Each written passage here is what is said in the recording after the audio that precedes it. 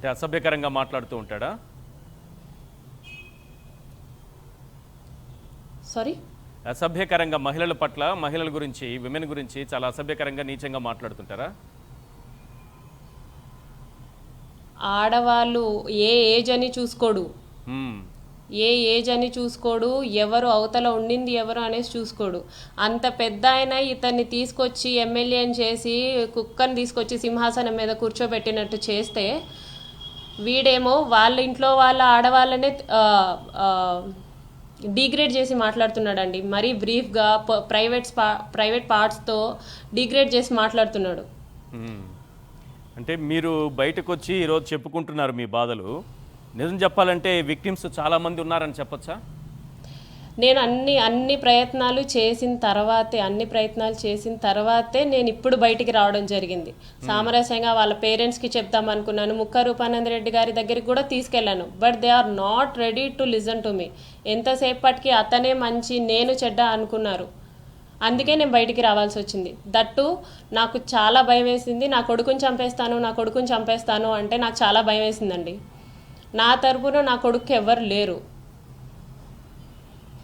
కొడుకును చంపేస్తానని ఎందుకన్నారండి? నాకు నా కొడుకే ముఖ్యమండి. ఏజ్ ఎంత? అందుకే మీ బాబు ఇది ఏజ్ పబ్లిక్ లో ఎంత? ఖచ్చితంగా రావాలి అనేసి తప్పు చేసినోడే ధైర్యంగా అంత బాగా నాకు ఇక్కడ తిరుగుతున్నాడు ఒక పాయింట్ బయట. కావాలి. మీ బాబు ఏజ్ ఎంత?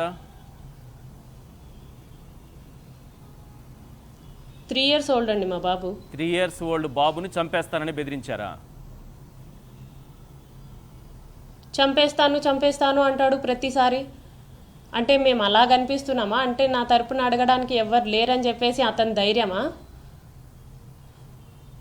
ఆ నా సిచ్యువేషన్ ఎందుకు ఇంట్లో వచ్చింది? చంపేస్తాను వాళ్ళందరినీ అనేటటువంటి నాకు దూరం చేశాడు. వాంటెడ్ గానే దూరం చేశాడు. నాకు ఇప్పుడు అర్థం అవుతుంది. చంపేస్తాను అనేటటువంటి నేను సిచ్యువేషన్ ఎందుకు అదంతా వచ్చింది? యాక్సెప్ట్ చేసి ఏడవాల్సిన ఏడుపంతా ఏడ్చేసిన తర్వాతే నేను ఇలా వచ్చాను. కాదు, మీ 3 ఏళ్ల అబ్బాయిని, బాబుని చంపేస్తాను అనేటటువంటి సిచ్యువేషన్ ఎందుకు వచ్చింది? ఎన్ని సందర్భాల్లో చెప్పారు? అతని ఇంటెన్షన్ చూస్తున్నా, అతను మాట్లాడే విధానం చూస్తున్నా నిజంగానే అంత ఘోరానికి పాల్పడే వ్యక్తిలాగా మీకు కనిపించారా? అతను మాట్లాడే విధానం ఎప్పుడు బెదిరింపుగానే ఉంటుందండి. అది మాటల్లాగా ఉండదు. మ్మ్.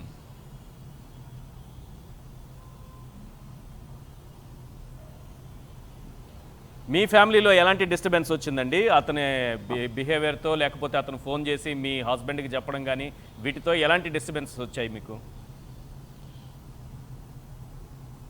మా ఆఫీస్లోనా? మీ ఫ్యామిలీలో?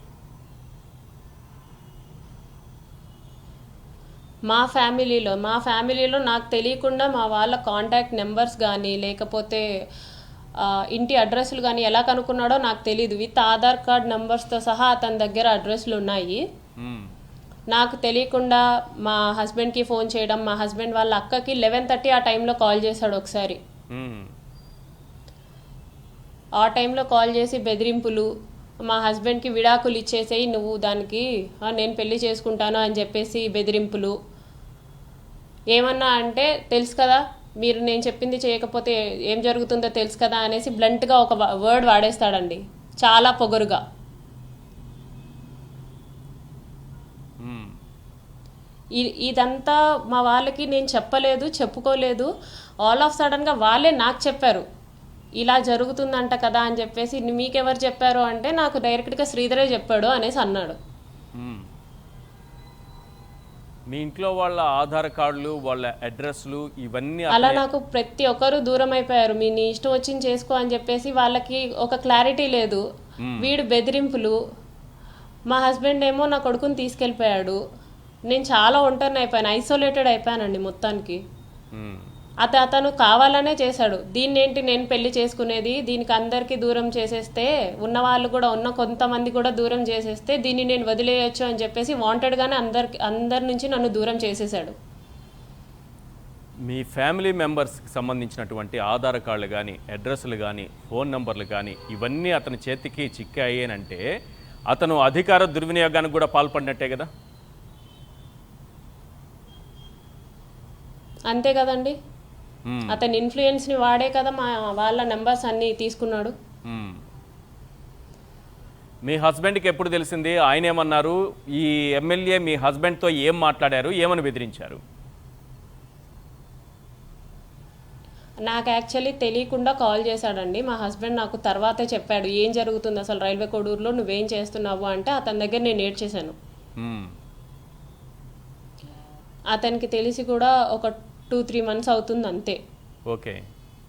ఆయనే నాకు ఫోన్ చేశాడు. శ్రీధర్ కూడా నాకు చెప్పలేదు, ఇలా మీ హస్బెండ్కి నేను కాల్ చేశాను, మీ హస్బెండ్ వాళ్ళ అక్కకి నేను కాల్ చేశాను అని చెప్పి శ్రీధర్ కూడా నాకు చెప్పలేదు. మ్మ్. మా వాళ్ళే నాకు చెప్పి నీ ఇష్టం వచ్చింది చేసుకో, నువ్వు అక్కడ ఏం చేస్తున్నావు మాకు తెలియదు కదా అని చెప్పేసి నన్ను వదిలేశారు. ఇలా జరిగింది అనేసి అంటే ఏ హస్బెండ్ ఉండరు కదండి. ప్రతి నా బాబుని ఇలా చంపేస్తాను అనేసి అంటున్నాడు అని చెప్పిన తర్వాత నా బాబుని తీసుకెళ్ళిపోయాడు. మ్మ్. నా దగ్గరే సేఫ్ వాడు నీ దగ్గర కంటే అనేసి. ప్రతి మహిళ నేను చాలా విషయంలో ఒంటరిదాన్ని అయిపోయాను. January 7th వచ్చేసి చెప్పండి మేడం ప్లీజ్. అతను ఇంకా నన్ను పెళ్లి చేసుకోను, నువ్వు ఎవరికి చెప్పుకుంటావో చెప్పుకో, నువ్వేం చేసుకుంటావో చేసుకో అని చెప్పేసి నాకు చెప్పడం జరిగింది. మ్మ్. అంటే ఆ ఏంటి? తర్వాత నుంచి తన ఫోన్ నెంబర్స్ అవన్నీ ఆఫ్ చేసేసాడు. తను నాతో కాంటాక్ట్లో కూడా రాలేదు అప్పటి నుంచి ఇప్పటిదాకా.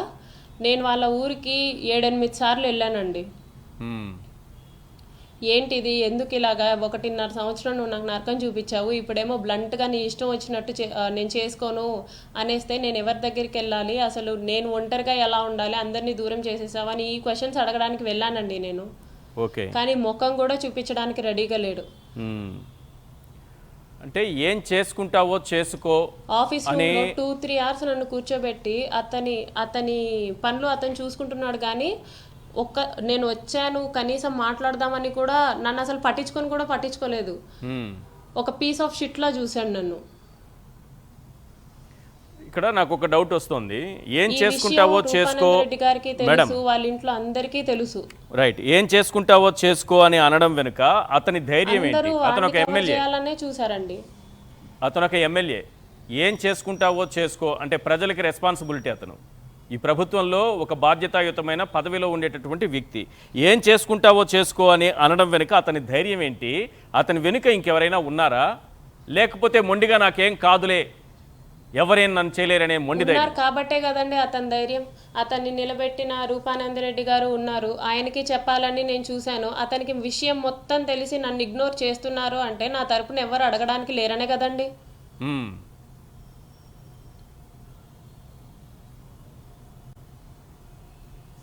ఇప్పుడు మీ బాబు ఎవరి దగ్గర ఉన్నారండి? మీ దగ్గర ఉన్నారా, మీ హస్బెండ్ దగ్గర ఉన్నాడా? మా హస్బెండ్ దగ్గర ఉన్నాడండి. మ్మ్. తర్వాత లాస్ట్ కాంటాక్ట్ ఎప్పుడు మీకు అరవ శ్రీధర్ గారితో? January 7th మార్నింగ్ 10 o'clockకి ఈ గొడవ అంతా జరిగి నీ ఇష్టం వచ్చింది చేసుకో అని చెప్పేసి 2 ఫోన్లు ఆఫ్ చేసేసుకొని తన 2 నెంబర్స్ ఆఫ్ చేసేసుకొని ఉన్నాడు. లాస్ట్ కాన్వర్జేషన్ ఏంటి మీ మధ్య? ఏం జరిగింది చెప్పండి. లాస్ట్ కాన్వర్సేషన్ ఏం లేదండి. నేను నిన్ను పెళ్లి చేసుకోవడం కుదరదు, సెకండ్ ఆప్షన్ చెప్పు అనేసి అన్నాడు. సెకండ్ ఆప్షన్ ఏం మాట్లాడుతున్నావు, నేను నీకు అలా కనిపిస్తున్నానా, సెకండ్ ఆప్షన్ తీసుకునే దానిలో కనిపిస్తున్నానా, నేను ఏమైనా కీప్ అనుకుంటున్నావా అనేసి నేను వాదిచ్చాను అనమాట. ఓకే. ఏమన్నారు పెళ్ళి దానికి? అని చెప్పావు కాబట్టి ఇన్ని అబార్షన్స్ చేయించుకున్నాను, నువ్వు ఎంత టార్చర్ చేసినా సరే, నువ్వు నా వాళ్ళందరినీ దూరం చేసినా సరే నేను అలా భరిస్తూ వచ్చాను. ప్లస్ మీ వాళ్ళు కూడా రెడీగా లేరు నా మాట వినడానికి. మ్మ్. నువ్వే మంచోడు అంట, నేనే చెడ్డదాన్నంట అనేసి ఆ రకంగా మాట్లాడుతూ ఉన్నారు. నువ్వు ఇప్పుడు ఇలా అంటే ఏమనుకుంటున్నావు, సెకండ్ ఆప్షన్ అంటే వాట్ డూ యూ మీన్ అనేసి నేను అడిగాను. సెకండ్ ఆప్షన్ లేదు, ఏం లేదు, నేను నిన్ను పెళ్లి చేసుకోను, ఇంకా నీతో మాట్లాడను, నువ్వేం చేసుకుంటే అది చేసుకో, ఏం చేస్తావో నేను కూడా చూస్తాను, నేనేం చేయాలో నాకు కూడా తెలుసు అనేసి అన్నాడు అతను. మ్మ్. అదే చివరి మీ మధ్య జరిగినటువంటి కాన్వర్జేషన్, అదే చివరిది. దాని తర్వాత ఇంకా ఫోన్ స్విచ్ ఆఫ్, తన మెసెంజర్ అదంతా డిస్కనెక్టెడ్ అండి. ఆ క్షణంలో మీరు ఏం డిసైడ్ చేసుకున్నారు? ఆ తర్వాతే నేను వాళ్ళ ఇంటికి వెళ్ళి ఎలాగా ఫోన్లు పనిచేయట్లేదు, కనీసం ఈ పెద్ద ఆయనతో అయినా మాట్లాడదాము, ఇలా జరుగుతుంది అనేసి చెప్దాము అనేసి నేను అనుకున్నాను. కానీ ఆ పెద్ద ఆయనతో సహా ఎవ్వరూ నా మాటలు వినడానికి రెడీగా లేరు. వాళ్ళందరికీ ఫోన్లు చేశాను, రూపానంద రెడ్డి గారికి ఫోన్ చేశాను, వాళ్ళ ఆవిడకి ఫోన్ చేశాను, వాళ్ళిద్దరు కొడుకులకి ఫోన్ చేశాను, వీళ్ళ అమ్మా నాన్నకి ఫోన్ చేశాను. వీళ్ళమ్మ ఏకంగా ఈ విషయం జరిగిన తర్వాత తన ఇంట్లో చెప్పినట్టున్నాడు, ఇలా నేను మాట్లాడడం మానేశాను అని చెప్పేసి ఆవిడ వెంటనే వాళ్ళ కొడుకుని సేవ్ చేసుకోవాలని చెప్పేసి నా మీద రైల్వే కోడూరు పోలీస్ స్టేషన్లో ఎఫ్ఐఆర్ ఫైల్ చేయించారు. నేను వాళ్ళ కొడుకుని బ్లాక్మెయిల్ చేస్తున్నానంట. ఓకే.